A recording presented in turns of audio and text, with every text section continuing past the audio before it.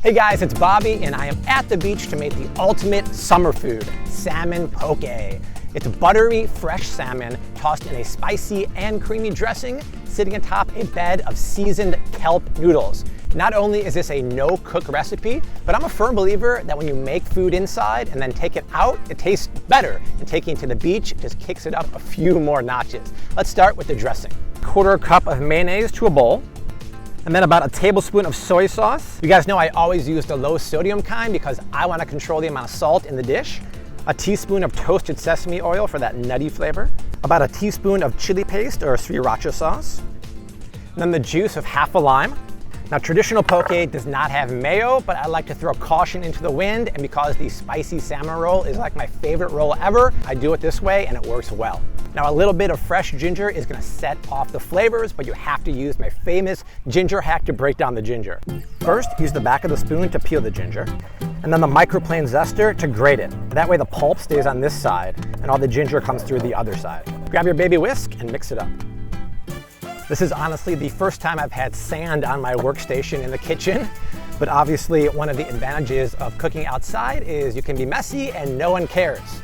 And when you tend to explode the kitchen like I do, that is a huge advantage. Okay, now comes my favorite part. Let's give it a taste and check for seasoning. Oh, creamy and spicy, but it does need a little lime juice. You want the flavors to really pop and set it off.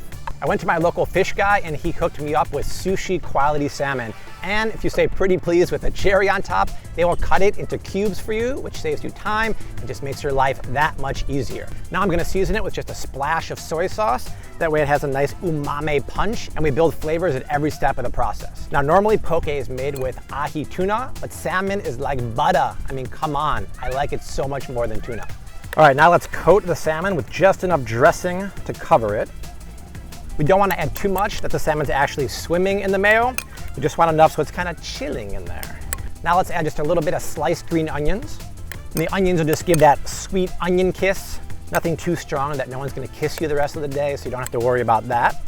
Now ideally you want to stash this in the fridge for 30 minutes so the flavors can really get to know one another and develop. But who am I kidding? I'm at the beach. I want to take this to the ocean as soon as possible and devour it. So I'm not waiting.